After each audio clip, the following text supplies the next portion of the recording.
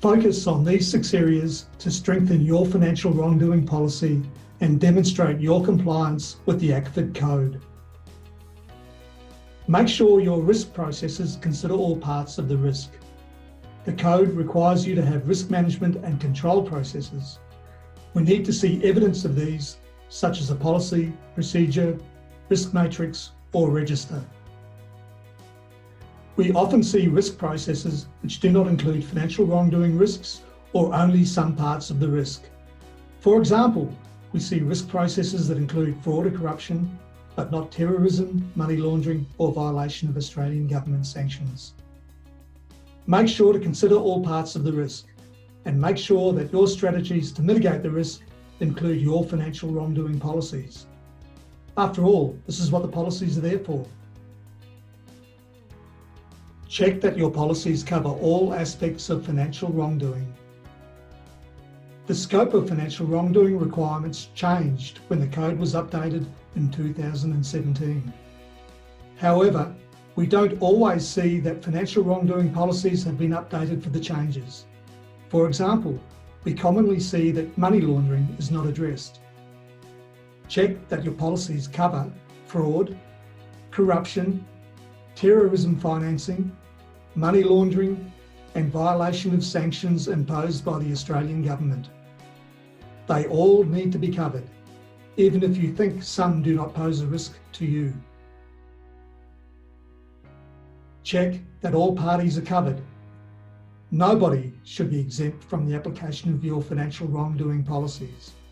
For example, we see policies that do not include the board or do not include partners. Make sure your policies clearly state that they apply to your board, staff, including senior management, volunteers, contractors, and funded partners. Do take an end-to-end view of financial wrongdoing. Follow the path of the dollar through your organisation from donation through to the impact it has on your beneficiaries. Ask where and how can financial wrongdoing occur at each point. How would you know, and what can you do about it?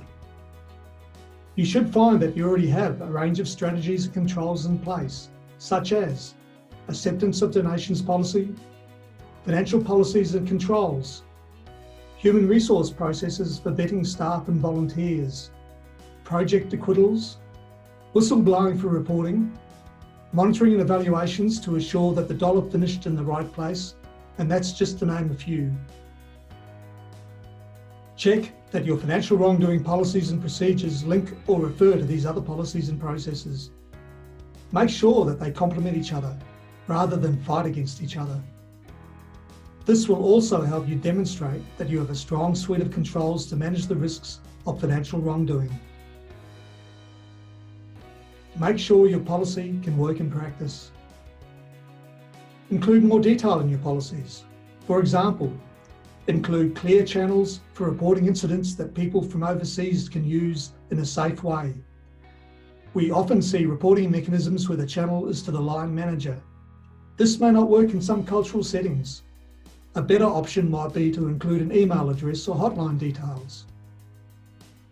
Include information on how the policy will be achieved. For example, we often see statements about developing an organisational culture that supports the prevention of financial wrongdoing. This is an important mitigation, but what can be missing is how it will be achieved, say by top management setting the example with appropriate training, with supporting mechanisms such as hotlines and so on. Check that your policies recognise and address the risk of terrorism. Terrorism financing is often seen as something that happens elsewhere, such as with overseas partners who are somehow involved with terrorists.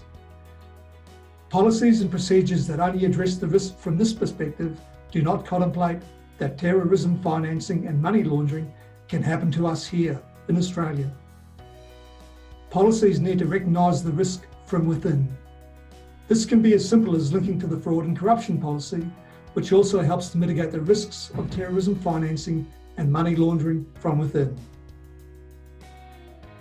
Focusing on these 6 areas will help you strengthen your financial wrongdoing policy. For more information, including example clauses, visit the Good Practice Toolkit and explore our guidance on developing a financial wrongdoing policy.